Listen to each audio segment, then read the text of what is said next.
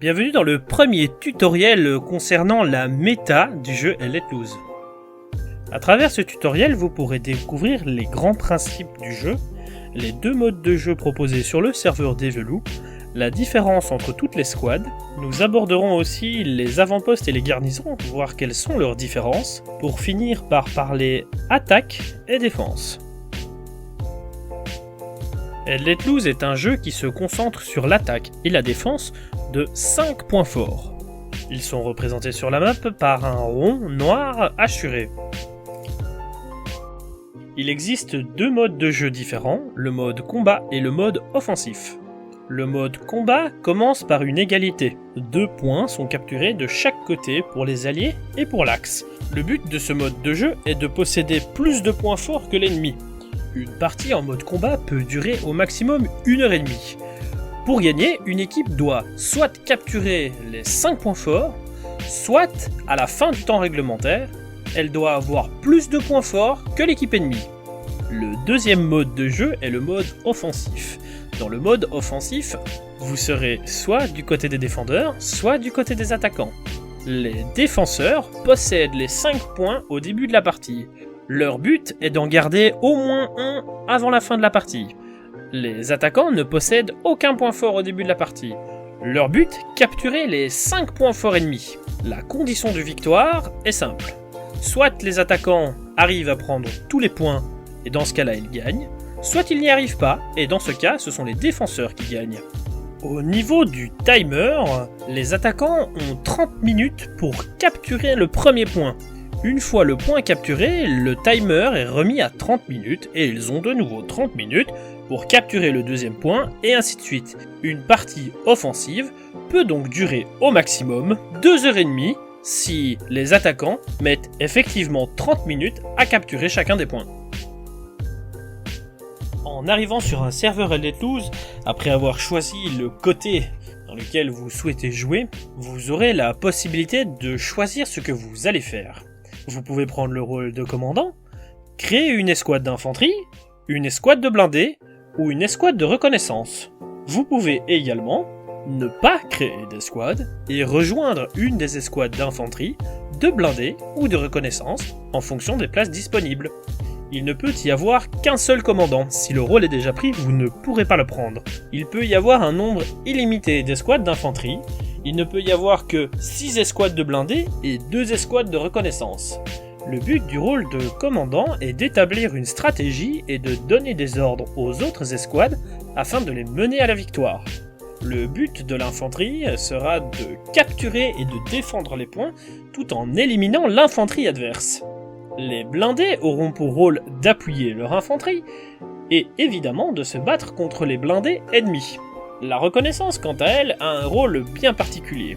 Elle devra empêcher les ennemis d'utiliser leur artillerie, mais également faire la chasse aux nœuds ennemis.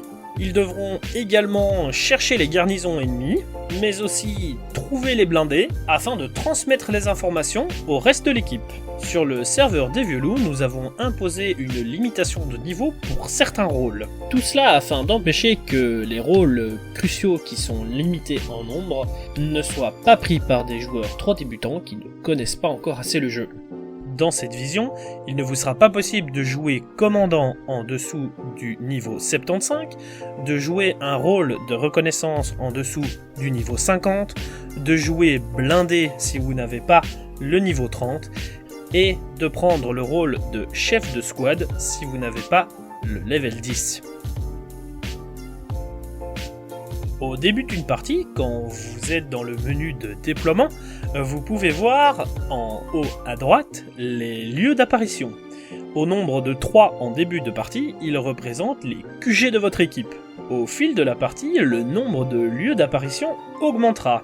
À chaque fois qu'un squad leader posera une garnison, un nouveau lieu d'apparition apparaîtra sur cette garnison. Votre squad leader aura également la possibilité de poser un avant-poste pour vous permettre d'apparaître. Il y a plusieurs différences entre un avant-poste et une garnison.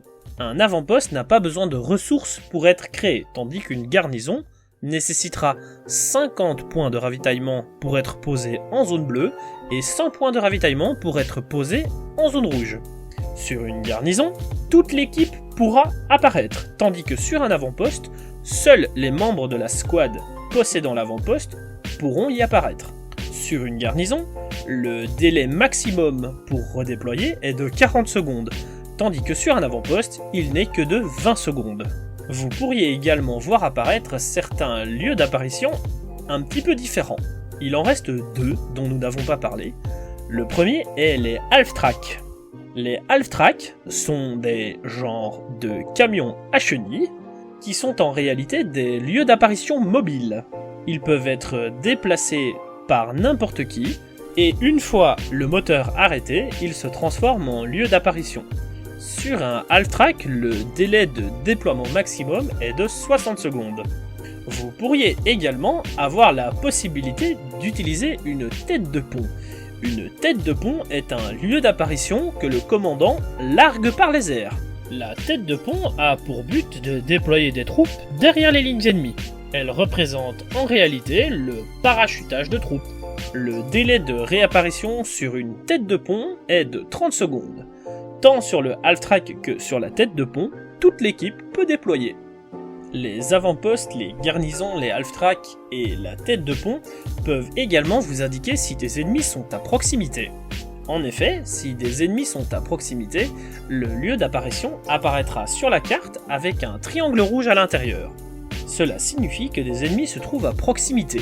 Si votre garnison est posée en zone bleue, elle pingera si un ennemi se trouve à moins de 50 mètres, mais sera inutilisable et donc overrun si un ennemi se trouve à moins de 15 mètres. Si votre garnison est en zone rouge, donc en attaque, elle ne sera utilisable que si aucun ennemi ne se trouve dans un rayon de 100 mètres autour de cette garnison. Pour ce qui est d'un half-track, qu'il soit en zone bleue ou en zone rouge, il pingera si un ennemi se trouve à moins de 50 mètres et sera inutilisable si un ennemi se trouve à moins de 5 mètres. Concernant l'avant-poste, c'est la même chose. Il pingera si un ennemi se trouve à moins de 50 mètres, qu'il soit en zone bleue ou en zone rouge, et sera détruit si un ennemi passe à moins de 10 mètres. Afin de gagner une game de Deadly Tools en mode combat, il faut tant attaquer que défendre. C'est au commandant d'affecter des squads en attaque et d'autres en défense. Si vous êtes affecté à la défense, votre but sera d'empêcher les ennemis de capturer votre point fort. Si vous êtes affecté à l'attaque, votre but sera de tout faire pour arriver à capturer le point fort ennemi. Pour capturer un point, il faut créer le surnombre dans les 4 cases liées à ce point fort. Si vous vous trouvez dans les 4 cases, vous compterez pour 1 point de capture. Si vous vous trouvez dans les 4 cases et dans le rond central, vous compterez pour 3 points de capture. Pour que la capture commence, il suffit d'avoir plus de points de capture que les ennemis. Pour la défense, c'est exactement la même chose. Si vous vous trouvez dans les 4 cases de votre point de défense, vous compterez pour 1 point de défense, et si vous vous trouvez dans les 4 cases et sur le rond central, vous compterez pour 3 points de défense. Tant que vous avez plus de points de défense que les ennemis n'ont de points d'attaque, vous tiendrez votre point. Il faut 2 minutes à une équipe pour pouvoir capturer un point. Nous arrivons à la fin de ce premier tutoriel axé sur la méta du jeu. Nous espérons que celui-ci vous aura éclairé sur la manière de jouer à Deadly Tools et nous espérons vous voir nombreux sur notre serveur. À bientôt!